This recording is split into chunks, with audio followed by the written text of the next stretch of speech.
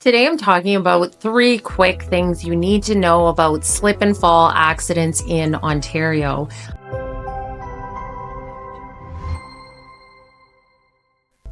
I'm Natalie Gerry, the principal lawyer and founder with Gerry Law. I help injured people get the compensation they deserve for their injuries. So today we're talking about in Ontario, if you're injured in a slip and fall accident, it's not always just the property owner's fault. So this is the first thing you need to know.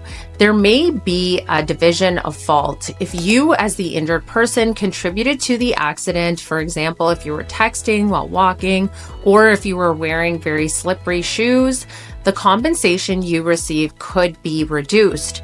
So the court might look at contributing fault. If you're found 30% at fault, then you'll only receive 70% of whatever the assessment is for what you're entitled to as damages.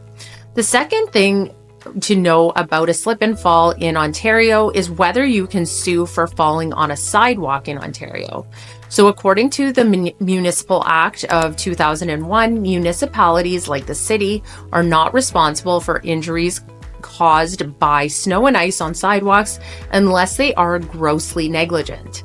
The city does have a duty of care, but it's not as strict as that of a private property owner. To sue, you need to prove that they didn't take reasonable steps to prevent snow or ice buildup.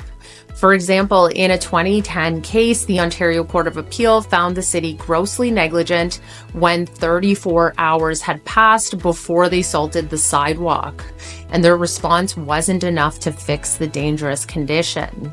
So while you can sue for a fall on a municipal sidewalk, there are some special rules that apply, and it is a good idea to get some tailored legal advice if this is your situation. The third thing to know is about compensation for a slip and fall. So yes, you can get compensation if the property owner or municipality didn't meet the reasonable care standards and this contributed to your fall. So if there was negligence, then yes, you can sue for your injuries and you may be getting a judgment in your favor. The compensation amounts really do vary. It depends completely on the severity of your injury, the medical attention that you had, and other financial losses. So it really depends case to case how much you might receive as a settlement, and it's very difficult to predict that at the very outset until we see how you're healing. So this is the next question about how is pain and suffering calculated in a slip and fall case.